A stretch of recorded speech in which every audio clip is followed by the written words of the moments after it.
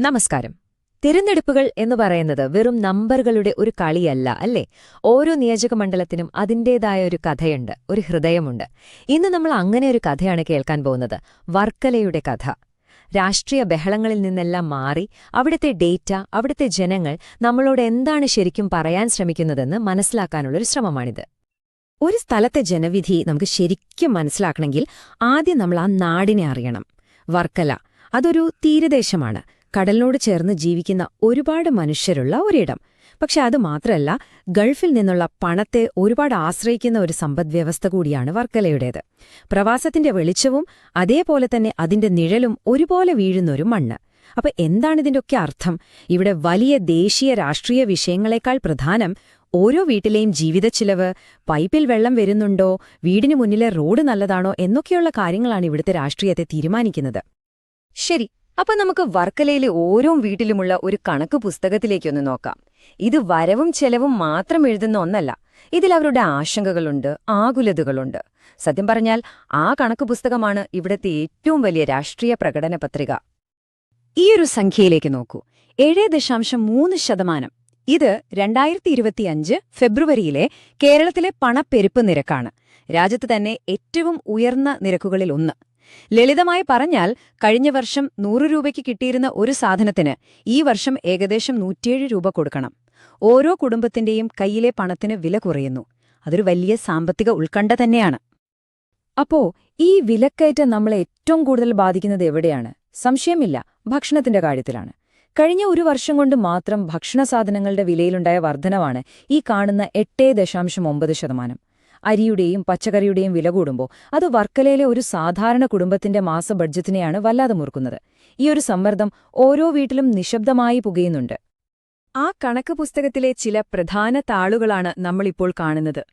ഇത് വെറുമൊരു പരാതിയുടെ ലിസ്റ്റല്ല, പരിഹാരം കാത്തിരിക്കുന്ന യഥാർത്ഥ ജീവിത പ്രശ്നങ്ങളാണിത്. ഏലകമൺ, വെട്ടൂർ പോലുള്ള സ്ഥലങ്ങളിൽ വർഷങ്ങളായി ആളുകളൊരു പൈപ്പ് കണക്ഷനു വേണ്ടി കാത്തിരിക്കുന്നു. പള്ളിക്കൽ ഭാഗത്താണെങ്കിൽ എല്ലാ മഴക്കാലത്തും വെള്ളം കയറി ജീവിതം ബുദ്ധിമുട്ടിലാകുന്നു. പിന്നെ ഗൾഫിലെ സ്വപ്നങ്ങളെല്ലാം പാതിവഴിയിൽ ഉപേക്ഷിച്ച് തിരികെ വന്ന ചെറുപ്പക്കാരുടെ തൊഴിലില്ലായ്മ. ഇതൊന്നും തിരഞ്ഞെടുപ്പ് വരുമ്പോൾ മാത്രം സംസാരിക്കേണ്ട വിഷയങ്ങളല്ല, ദൈനംദിന ഭരണത്തിൽ പരിഹരിക്കപ്പെടേണ്ടവയാണ്. വർക്കലയുടെ സാമ്പത്തികാവസ്ഥയെ മനസ്സിലാക്കാൻ ഈയൊരു വാക്ക് നമ്മൾ ഓർത്തിരിക്കണം: ജിയോപീഡം, അതായത് ഗൾഫ് പ്രവാസത്തെ ആശ്രയിക്കുന്ന ജനവിഭാഗം. ഒരു കാലത്ത് വർക്കലയുടെ വളർച്ചയുടെ നട്ടെല്ല് തന്നെ ഈ പ്രവാസമായിരുന്നു. പക്ഷേ കോവിഡിനും സാമ്പത്തിക മാന്ദ്യത്തിനും ശേഷം കാര്യങ്ങൾ ഒരുപാട് മാറി. തൊഴിൽ നഷ്ടപ്പെട്ട് തിരികെ വരുന്നവരുടെ എണ്ണം കൂടി, കയ്യിലുള്ള സമ്പാദ്യം തീർന്നു, പലരും വലിയ കടക്കെണിയിലായി. ഈ പുതിയ പ്രതിസന്ധി വർക്കലയിലെ ഗ്രാമങ്ങളിൽ വലിയൊരു സാമൂഹിക സമ്മർദ്ദമാണ് ഉണ്ടാക്കുന്നത്. സ്വാഭാവികമായും അതൊരു രാഷ്ട്രീയ വിഷയമായി മാറിക്കഴിഞ്ഞു. അപ്പോ ജനങ്ങളുടെ ജീവിതത്തിൽ നിന്ന് നമുക്കിനി തിരഞ്ഞെടുപ്പിന്റെ കണക്കുകളിലേക്ക് വരാം. ഒരു രാഷ്ട്രീയ തന്ത്രജ്ഞന്റെ ഡാഷ്ബോർഡ് പോലെ വർക്കലയിലെ പ്രധാനപ്പെട്ട ഡാറ്റ നമുക്കൊന്ന് പരിശോധിക്കാം. കാരണം ഈ നമ്പറുകൾക്ക് പിന്നിലാണ് യഥാർത്ഥ ജനവിധി ഒളിഞ്ഞിരിക്കുന്നത്. ഇതാണ് വർക്കലയുടെ ഒരു സാമൂഹിക ചിത്രം. 70%-ലധികം ഹിന്ദുക്കളാണ്. അതിൽ തന്നെ നിർണായക സ്വാധീനമുള്ള ഈഴവ, നായർ സമുദായങ്ങളുമുണ്ട്. അതോടൊപ്പം തന്നെ ഏകദേശം 29% വരുന്ന ശക്തമായ ഒരു മുസ്ലിം ന്യൂനപക്ഷവുമുണ്ട്. അപ്പൊ നിങ്ങൾക്കൊന്ന് ആലോചിച്ചു നോക്കൂ, ഈ സാമൂഹിക സമവാക്യങ്ങൾ ഓരോ മുന്നണിയുടെയും ജയപരാജയങ്ങളിൽ എത്രത്തോളം പ്രധാനപ്പെട്ടതാണെന്ന്. കഴിഞ്ഞ നിയമസഭാ തെരഞ്ഞെടുപ്പിലെ കണക്കുകളാണിത്. LDFന് ഏകദേശം 51% വോട്ട്, UDFന് 38%-നടുത്ത്, അതായത് 13%-ലധികം വോട്ടിന്റെ വളരെ വ്യക്തമായ ഒരു ലീഡ്. ഏതൊരു എതിരാളിയും ആദ്യം മറികടക്കേണ്ടത് ഈ വലിയൊരു ഭൂരിപക്ഷത്തെയാണ്. അതോടൊപ്പം NDAക്ക് 8% വോട്ടുണ്ട്. ചിലയിടങ്ങളിൽ മത്സരഫലത്തെ സ്വാധീനിക്കാൻ അതുമതി. വർക്കലയിലെ വോട്ടർമാർ രാഷ്ട്രീയത്തിൽ എത്രത്തോളം താൽപ്പര്യമുള്ളവരാണെന്ന് ഈ കണക്കുകൾ നമുക്ക് കാണിച്ചുതരും. കഴിഞ്ഞ 3 തെരഞ്ഞെടുപ്പുകളിലും പോളിംഗ് ശതമാനം 71-നും 73-നുമിടയിൽ വളരെ സ്ഥിരമായി നിൽക്കുകയാണ്. ഇതിന്റെ അർത്ഥമെന്താണ്? ഇവിടെ ജയപരാജയങ്ങൾ തീരുമാനിക്കുന്നത് വോട്ട് ചെയ്യാത്തവരെ ബൂത്തിലെത്തിക്കുന്നതിലല്ല, മറിച്ച് നിലവിൽ വോട്ട് ചെയ്യുന്ന കൃത്യമായ രാഷ്ട്രീയ ബോധമുള്ള ജനങ്ങളെ തങ്ങളുടെ ഭാഗത്തേക്ക് മാറ്റാൻ ആർക്ക് കഴിയുന്നു എന്നതിലാണ്. അപ്പോൾ യഥാർത്ഥ ചോദ്യം ഇതാണ്: എന്തുകൊണ്ടാണ് ആളുകൾ ഒരു പ്രത്യേക രീതിയിൽ വോട്ട് ചെയ്യുന്നത്? സ്ഥാനാർത്ഥിയുടെ വ്യക്തിപരമായ കഴിവുകൾ ഒരു ഘടകം മാത്രമാണ്.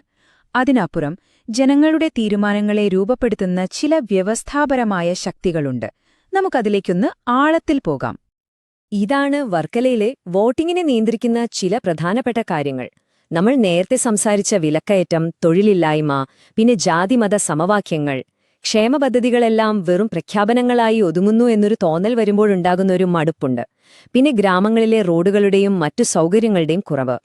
ഈ പ്രശ്നങ്ങളെല്ലാം സത്യത്തിൽ ഓരോ പൗരനും നമ്മുടെ ഭരണഘടന ഉറപ്പു നൽകുന്ന അന്തസ്സോടെ ജീവിക്കാനുള്ള അവകാശത്തെയാണ് ബാധിക്കുന്നത്. അതുകൊണ്ടുതന്നെ പൊതുരംഗത്തെ ചർച്ചകൾ എപ്പോഴും ഉത്തരവാദിത്തത്തോടെയും ശരിയായ വിവരങ്ങളുടെ അടിസ്ഥാനത്തിലുമായിരിക്കണം. ഈ സങ്കീർണമായ രാഷ്ട്രീയ സാഹചര്യത്തെ നമുക്ക് കുറച്ചുകൂടി എളുപ്പത്തിൽ മനസ്സിലാക്കാൻ ഒരു ചട്ടക്കൂട് ഉപയോഗിക്കാം. അതിനെ നമുക്ക് ചതുർമുഖ സിദ്ധാന്തം എന്ന് വിളിക്കാം. രാഷ്ട്രീയ പാർട്ടികൾ ജനങ്ങളെ സമീപിക്കാൻ സാധാരണയായി ഉപയോഗിക്കുന്ന 4 തരം രീതികളെ അല്ലെങ്കിൽ 4 മുഖങ്ങളെ വിശകലനം ചെയ്യാനാണിത്. അതിലാദ്യത്തേതാണ് ശിവരൂപം, അതായത് ആക്രമണത്തിന്റെ രാഷ്ട്രീയം. നിലവിലുള്ള വ്യവസ്ഥയെ ശക്തമായി ചോദ്യം ചെയ്യുന്ന, ചിലപ്പോൾ പ്രകോപനപരമായൊരു ശൈലിയാണിത്. ബി.ജെ.പി. ഇവിടെ സ്വത്വരാഷ്ട്രീയം ഉപയോഗിച്ച് ഒരു വിഭാഗം വോട്ടർമാരെ തങ്ങളിലേക്ക് ആകർഷിക്കാൻ ശ്രമിക്കുന്നു. ഇതിനെ നേരിടാൻ യു.ഡി.എഫിന് ഉപയോഗിക്കാവുന്നത് പ്രശ്നാധിഷ്ഠിത ആക്രമണമാണ്. അതായത് ജനങ്ങളെ നേരിട്ട് ബാധിക്കുന്ന വിലക്കയറ്റം, തൊഴിലില്ലായ്മ പോലുള്ള വിഷയങ്ങൾ ശക്തമായി ഉന്നയിച്ചുകൊണ്ട് സർക്കാരിനെ പ്രതിരോധത്തിലാക്കുക. രണ്ടാമത്തേതാണ് വിഷ്ണുരൂപം, സ്ഥിരതയുടെയും സംരക്ഷണത്തിന്റെയും രാഷ്ട്രീയം. നിലവിലുള്ള കാര്യങ്ങൾ അതേപോലെ തുടരുമെന്ന് വാഗ്ദാനം ചെയ്യുന്ന ഒരു ശൈലി. എൽ.ഡി.എഫ്. പ്രധാനമായും ഈ ഒരു തന്ത്രമാണ് ഉപയോഗിക്കുന്നത്. ക്ഷേമ പെൻഷനുകളും മറ്റു പദ്ധതികളും മുടങ്ങില്ല എന്ന് ഉറപ്പു നൽകി തങ്ങളാണ് സ്ഥിരതയുടെ പ്രതീകമെന്ന് അവർ പറയുന്നു. ഇതിനെ മറികടക്കാൻ യു.ഡി.എഫിന് സ്ഥിരത വാഗ്ദാനം ചെയ്യുന്നതിനൊപ്പം എൽ.ഡി.എഫ്. ഭരണത്തിലെ പോരായ്മകൾ ചൂണ്ടിക്കാട്ടി ഒരു മികച്ച മാറ്റം വാഗ്ദാനം ചെയ്യേണ്ടിവരും. മൂന്നാമത്തേതാണ് ദുർഗരൂപം, അതായത് സംരക്ഷകന്റെ റോൾ. ജനങ്ങളെ പ്രതിസന്ധികളിൽ നിന്ന് സംരക്ഷിക്കുന്ന ഒരു ശക്തിയായി സ്വയം അവതരിപ്പിക്കുക. എൽ.ഡി.എഫ്. സാധാരണയായി ന്യൂനപക്ഷങ്ങളുടെയും ദുർബല വിഭാഗങ്ങളുടെയും സംരക്ഷകരായിട്ടാണ് സ്വയം ചിത്രീകരിക്കുന്നത്. പക്ഷേ യു.ഡി.എഫിനു മുന്നിലുള്ള വഴി കുറച്ചുകൂടി വിശാലമാണ്. ഏതെങ്കിലും ഒരു പ്രത്യേക വിഭാഗത്തിന്റെ മാത്രമല്ല, സാമ്പത്തികമായി ബുദ്ധിമുട്ടുന്ന എല്ലാ വിഭാഗം ജനങ്ങളുടെയും സംരക്ഷകരാവുക. തൊഴിലില്ലാത്ത യുവാക്കൾക്കും വിലക്കയറ്റത്തിൽ കഷ്ടപ്പെടുന്ന സ്ത്രീകൾക്കും സാമ്പത്തിക സുരക്ഷ ഉറപ്പാക്കുന്ന ഒരു സംരക്ഷണ കവചം വാഗ്ദാനം ചെയ്യുക. നമുക്കു വിശകലനം മാത്രം ചെയ്താൽ പോരല്ലോ. ജനങ്ങളുടെ പ്രശ്നങ്ങൾക്ക് പരിഹാരം കാണുന്ന വ്യക്തമായ ഒരു പ്രവർത്തന പദ്ധതി വേണം. ഈ ഡേറ്റയിൽ നിന്നും ഉൾക്കാഴ്ചകളിൽ നിന്നും എങ്ങനെ യഥാർത്ഥ പ്രവർത്തനത്തിലേക്കെത്താം എന്ന് നമുക്ക് നോക്കാം. ഇത് വെറും വാഗ്ദാനങ്ങളെക്കുറിച്ചല്ല, എങ്ങനെ നടപ്പാക്കാം എന്നതിനെക്കുറിച്ചാണ്. ഏറ്റവും വേഗത്തിൽ ജനങ്ങളുടെ ജീവിതത്തിൽ ഒരു നല്ല മാറ്റം കൊണ്ടുവരാൻ കഴിയുന്ന 3 കാര്യങ്ങളാണ് ഈ സ്ലൈഡിൽ കാണുന്നത്. 1. എല്ലാ വീട്ടിലും ശുദ്ധമായ കുടിവെള്ളം എത്തിക്കുക. 2. ഗ്രാമങ്ങളിലെ റോഡുകൾ സഞ്ചാരയോഗ്യമാക്കുക. 3. ഗൾഫിൽ നിന്ന് മടങ്ങി വന്നവർക്കടക്കം പ്രാദേശികമായി തൊഴിലവസരങ്ങൾ കണ്ടെത്താൻ സഹായിക്കുക. ഈ 3 കാര്യങ്ങളിൽ ശ്രദ്ധിച്ചാൽ തന്നെ ജനങ്ങളുടെ വിശ്വാസം എളുപ്പത്തിൽ നേടിയെടുക്കാൻ സാധിക്കും. ഇതാണ് യഥാർത്ഥ ഭരണമെന്ന് പറയുന്നത്. ജനങ്ങളുടെ ഓരോ പരാതിക്കും കൃത്യമായ പരിഹാരം. ഏലകമണ്ണിലെ കുടിവെള്ള പ്രശ്നത്തിന് പരിഹാരം ജൽ ജീവൻ മിഷൻ പദ്ധതി വേഗത്തിലാക്കുക എന്നതാണ്. പള്ളിക്കലിലെ വെള്ളപ്പൊക്കത്തിനു പരിഹാരം ഓടുകളും കലുങ്കുകളും ശാസ്ത്രീയമായി പുനർനിർമ്മിക്കുക എന്നതാണ്. തൊഴിലില്ലായ്മയ്ക്ക് വർക്കലയുടെ ടൂറിസം സാധ്യതകൾ പൂർണ്ണമായി ഉപയോഗപ്പെടുത്തുന്ന ഒരു മാസ്റ്റർ പ്ലാൻ വേണം. ജനങ്ങൾ പറയുന്നത് കേൾക്കുക, അതിനു പരിഹാരം കണ്ടെത്തുക, അതാണ് ഭരണത്തിന്റെ കാതൽ. ഈ വിശകലനത്തിലെ ഏറ്റവും പ്രധാനപ്പെട്ട ഒരു നിർദ്ദേശം ഒരുപക്ഷെ ഇതായിരിക്കാം. ജനവിധി നേടണമെങ്കിൽ ജനങ്ങൾക്കിടയിൽ നിന്ന് അവരുടെ പ്രശ്നങ്ങൾ നേരിട്ടറിയുന്ന ഒരാൾ വരണം. പുറത്തുനിന്ന് വരുന്ന ഒരാളേക്കാൾ ആ നാട്ടുകാരനായ എല്ലാവരുമായി നല്ല ബന്ധമുള്ള ഒരു പുതിയ മുഖത്തിന് ജനങ്ങളുടെ വിശ്വാസം വളരെ എളുപ്പത്തിൽ നേടാനും വോട്ടുകൾ ഒരുമിപ്പിക്കാനും സാധിക്കും. അവസാനം നമ്മൾ ചർച്ച ചെയ്തതെല്ലാം എത്തിച്ചേരുന്നത് ആ ഒരൊറ്റ വാക്കിലാണ്: വിശ്വാസം. രാഷ്ട്രീയവും ഭരണവുമെല്ലാം ജനങ്ങളുടെ വിശ്വാസം നേടിയെടുക്കാനും അത് നിലനിർത്താനുമുള്ള ഒരു നിരന്തരമായ പ്രക്രിയയാണ്. ഈ വിശകലനം ആ വിശ്വാസത്തിലേക്കുള്ള ഒരു വഴികാട്ടി മാത്രമാണ്. അപ്പോൾ ഇതിൽ നിന്നുള്ള പ്രധാന പാഠം ഇതാണ്: ജനവിധി എന്നത് തിരഞ്ഞെടുപ്പ് ദിവസം മാത്രം നേടുന്ന ഒന്നല്ല, അത് ഓരോ ദിവസത്തെയും പ്രവർത്തനത്തിലൂടെ നമ്മൾ കെട്ടിപ്പടുക്കുന്നതാണ്.